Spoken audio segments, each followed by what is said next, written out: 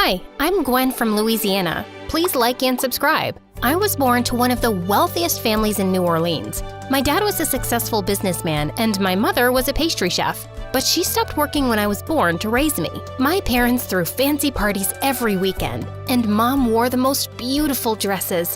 Whenever they went out, people would stop to tell them what a gorgeous couple they were. I, on the other hand, was nothing like my parents. My hair was a mess, and I always had mud and grass stains on my clothes from chasing squirrels and playing in the dirt. On more than a few occasions, people mistook me for a boy, and the kids in school thought I was strange. You want to meet my friend? His name is Charlie. Ew, yuck! You're such a creep.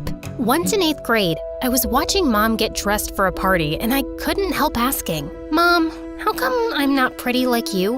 What? Of course you're pretty. No one has ever called me pretty except you and Dad, and you're my parents, so it doesn't even count. Are you sure I'm your daughter? Gwen, why would you say that? None of the kids at school like me very much, and I just don't see how I'm related to you two. Was I switched at birth? Am I adopted? You can tell me, I won't be upset. Mom pulled a beautiful gold locket from her jewelry box and put it around my neck. Inside that locket is a powerful secret. Beauty, success, happiness, whatever your heart desires, you'll find your answer in there. No way! It's true. I want you to have it. But you have to promise to wear it all the time to keep it safe. I nodded and opened the locket. There was a mirror inside. I don't understand. What do you see? My face, obviously. Well, that's the secret. Mom, that's really lame. One day, I hope you'll see what I see when you look in that mirror. When I was in 10th grade, things took an awful turn.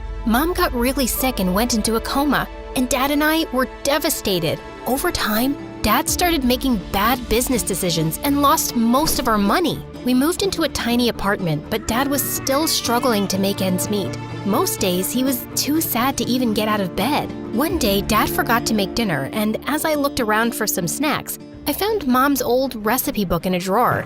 I picked a recipe and made the most delicious meal ever. What's that smell? It's wonderful. Dad and I ate together, and he smiled for the first time in months. After that, I started cooking dinner regularly, and it made me feel closer to Mom. A few weeks later, someone pounded on our door one evening. It was our landlord demanding rent. Please, I just need more time. This is the last extension. If you fail to pay next month, I'll throw you out.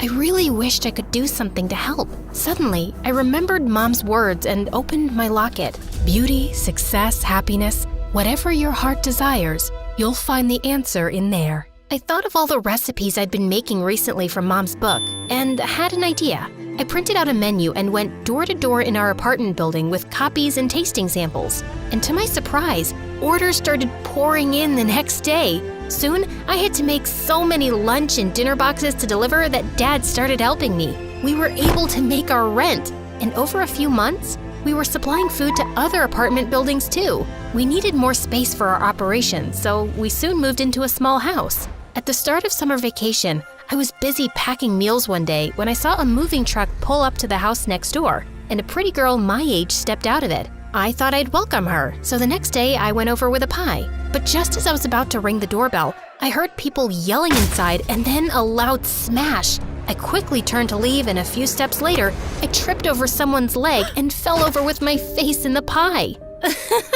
That was hilarious, and I really thought I wouldn't be able to laugh today. Why did you trip me up? Why were you snooping around my house? I just came to say hi, like a nice neighbor. I even baked you a pecan pie. Pecan? That's my favorite. Is there some part of the pie that didn't touch your face? Maybe this corner? That looks okay. I sat down beside the girl as she ate. Her name was Emily, and she told me the people screaming inside were her parents. I can't stand when they fight, which is all the time. They're so busy hating each other, they don't even notice me anymore. What are your parents like?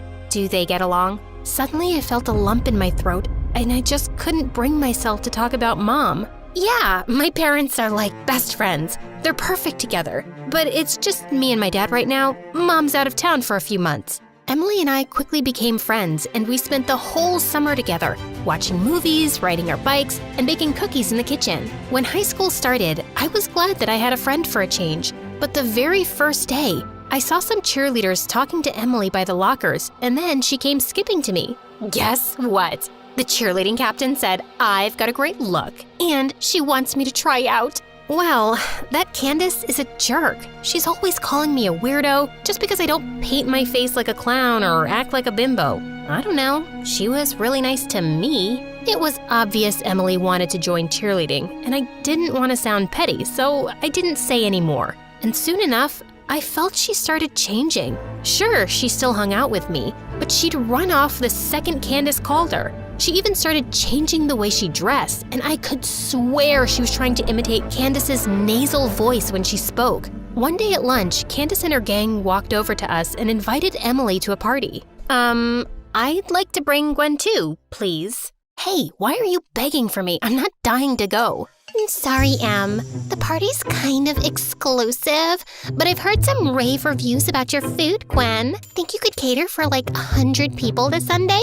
I don't mind if you come as a waitress. I'd be happy to take your order, but I won't be waiting on you. You could have made yourself loads of tips, but suit yourself. As much as I disliked her, I didn't want to turn away a big order. I worked hard all weekend and Dad dropped it off at her place. But the next morning, I was shocked to find the food inspection authorities at her door. It turned out that Candace had made a complaint because she got an allergic reaction from something she ate at the party. She told me she had nut allergies and I was very careful. Well, clearly some contamination happened and we'll be investigating further. For now, we're suspending your business license for the next 6 months.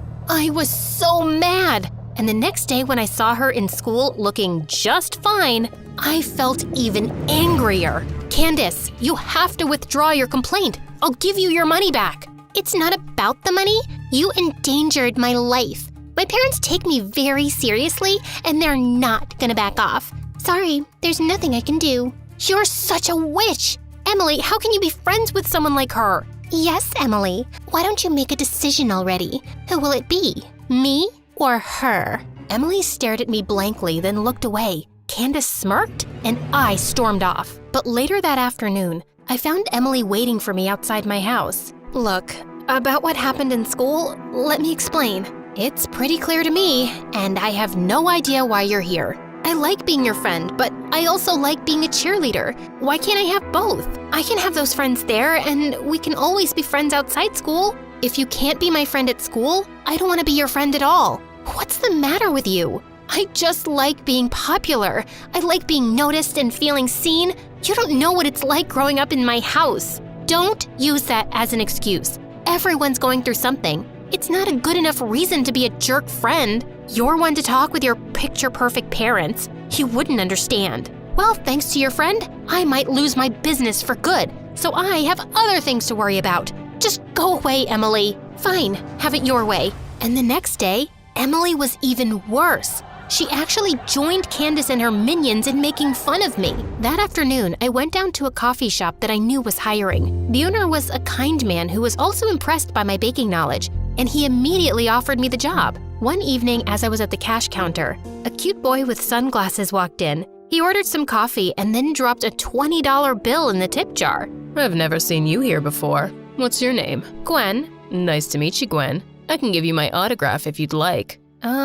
Why would I want your autograph? You don't know who I am? Hey, buddy, I've got other customers, so if you don't mind getting out of the way, please. No one has ever talked to me like that. Well, maybe if someone had, you wouldn't act like the world revolves around you. Please, step aside now. Just then the boy pulled off his sunglasses, and everyone in the coffee shop lost their minds. OMG, Damien, I love you.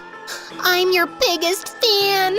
Suddenly, a crowd of people rushed towards the boy. Then 2 huge bodyguards appeared out of nowhere and ushered him out the door. That night, I looked Damien up online and discovered that he was a pretty big movie star. I felt like an idiot. The next day, my boss called me in for a special shift at the coffee shop, and I found out that Damien had booked the place for a networking event and was inviting some big celebrities. I want you to make your mom's signature pastries that you had me try one day. I was only too happy to, and the guests couldn't stop raving about them. My boss introduced me as the baker, and I caught Damien smiling at me warmly. It kind of made my toes tingle. After the party was over, Damien asked me if he could drop me home. I think we got off on the wrong foot. I'm Damien. It's a pleasure to meet you. Damien and I talked and laughed the whole way home. This was really fun. I feel like you really see me. Of course I see you. I'm looking at you right now. Wait, I hope you're not telling me you're a ghost. Haha, you're funny. I mean, most people just see my fame and stardom. They don't really bother to get to know the real me. Who do you see when you look in here? Not some famous star, just plain old Damien. Well, I think plain old Damien is pretty cool. Damien came to see me at the coffee shop every time he was in town, and I had a growing crush on him. One night, Emily and her friends were at the coffee shop when Damien walked in. Is that? No way! Damien came up to me, ordered his usual, and then took a seat to wait for me to get off work. And suddenly, Emily and Candace were waving me over like lunatics. How can I help you? Introduce us to Damien. Come on, give him my number. You can do that for an old friend, right?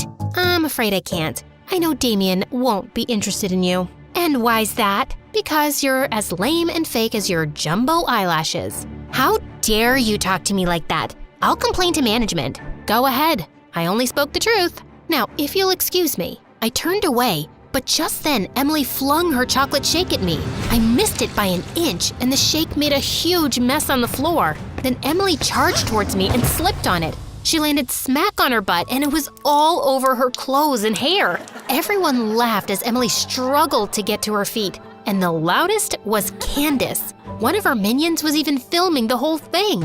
And by the next morning, the video was making its rounds at school, and Emily was a joke. She stopped talking to Candace and her gang, and after that, I'd always see her alone. I tried to reach out to her, but she was so mad that she refused to talk to me. And I found out one morning that she and her family had moved. She never even said goodbye. Damien and I started dating shortly after, and he even got help from his lawyer to have our license returned. The coffee shop owner wanted to invest in my business, and before I'd even graduated high school, we'd opened more branches and were supplying meals all over the city. Dad was managing it full-time and we were doing well. But the best day of my life was when I got a phone call from Dad saying Mom was awake after 3 long years. We hugged and cried for hours, and I was beyond happy to have her back. Her recovery was so miraculous that it was even all over the local news. Late one night, I was locking up one of our kitchen locations when I turned around to see Emily. Gwen, why didn't you ever tell me about your mom? I wanted to, Emily, and I thought I would eventually, but then we stopped being friends, and it was just painful to talk about. Like saying it out loud made it too real. I'm so sorry. I never knew what you were going through, and I'm sorry for how I treated you. I just wanted to be popular so bad, but I was never good enough, and you were my only real friend. I hope you can forgive me. Emily, you were always good enough. I'm sorry you didn't see that. What's your secret, Gwen? You seem to have an amazing life now. Beauty, success, happiness, whatever your heart desires. Inside this locket, you'll find the secret on how to achieve it. You want to know what it is? Yeah, absolutely. The secret is you. You just need to believe in yourself.